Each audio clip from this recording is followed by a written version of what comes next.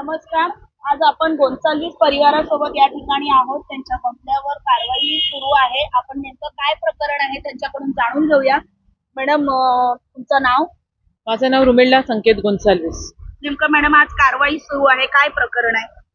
आम्ही फेब्रुवारी 2024 रोजी घर बांधायला चालू केलं. ही आमची स्वतःची जागा आहे. माझ्या डॅडीने 99 साली विकत घेतलेली. आम्ही इकडे घर बांधायला चालू केलं. आमच्या शेजारी जो राहतो अविनाश घोसाल याने आमच्यावर केस टाकली की याच्यामधली थोडी जमीन माझी आहे म्हणून.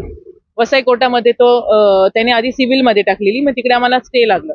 स्टे हटवण्यासाठी मग आम्ही डिस्ट्रिक्ट कोर्टकडे गेलो. तिकडून निकाल आमच्या बाजून लागला. मग ती सेम केस घेऊन तो हायकोर्टमध्ये पण गेला. तिकडे पण त्याची केस फेटाळण्यात आली. आमच्या बाजूनच निर्णय होता. मग नंतर आता सूड उगवण्यासाठी, म्हणजे जमिनीबद्दल काही होत नाही म्हणून सूड उगवण्यासाठी त्याने इलिगल कन्स्ट्रक्शन आहे असं आमच्यावर हे केले, आरोप ठेवला. आता तुम्ही मला सांगा, वसई विरारमध्ये कोण घेतं परमिशन? स्थानिक लोक आहोत आम्ही. स्वतःची जमीन, आम्ही स्वतःला घर बांधतो. काही कमर्शियल नाही इकडे, बिल्डिंग किंवा असं काही ऑफिस नाही. आणि जे कंप्लेनंट आहेत अविनाश घोसाल, त्यांचे हे डॉक्युमेंट्स आहेत माझ्याकडे. त्यांच्या स्वतःवर MRTP नोटीस आहे, पोलीस प्रोटेक्शनचं लेटर आहे. 2012 आणि 2017 रोजी त्यांच्यावर MRTPची नोटीस आहे, पण अजून काहीच कारवाई झाली नाही.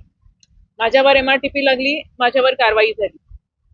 न्याय म्हणजे सगळ्यांना सारखंच असतो ना. माझ्यावर कारवाई झाली, मग त्याच्यावर का नाही? मग या बाबतीत तुम्ही महानगरपालिकेला काय सांगू इच्छिता? मी तेच की त्यांच्यावर कारवाई करा. आहेत ना, पेपर आहेत, प्रूफ आहे. त्यांच्याकडे पण भरपूर फायली आहेत.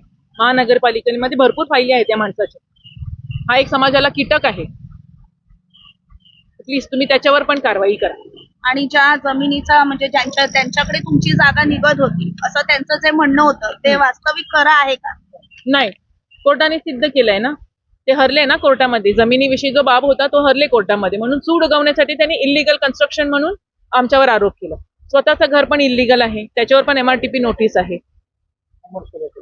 आणि प्लस कमर्शियल पण केलंय त्यांनी.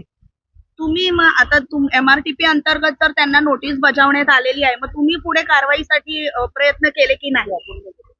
आम्ही नाही गेलो ना, कारण आम्ही त्याच्यासारखे नाही आहोत ना. पण आता मला वाटते की मी जाणार. आणि आता कॉर्पोरेशनला पण कळलं असेल की त्याने पण त्याच्यावर कारवाई करावी. माझा चांगुलपणा दाखवून मी नाही केली आधी कारवाई. मला भरपूर माझे वकील पण सांगत होते तुम्ही पण करा कारवाई, पण मी नाही केली. मग आता भविष्यात तुमचा काय विचार आहे? जर आज तुम्हाला घरापासून वंचित व्हायची वेळ आली तुमच्यावर, तर आता भविष्यामध्ये तुम्ही या गोष्टीकडे पाठपुरावा करणार आहात का? हो, आम्ही नक्कीच करणार आहोत. पाठपुरावा तर मी रुमेल्लाचा भाऊ.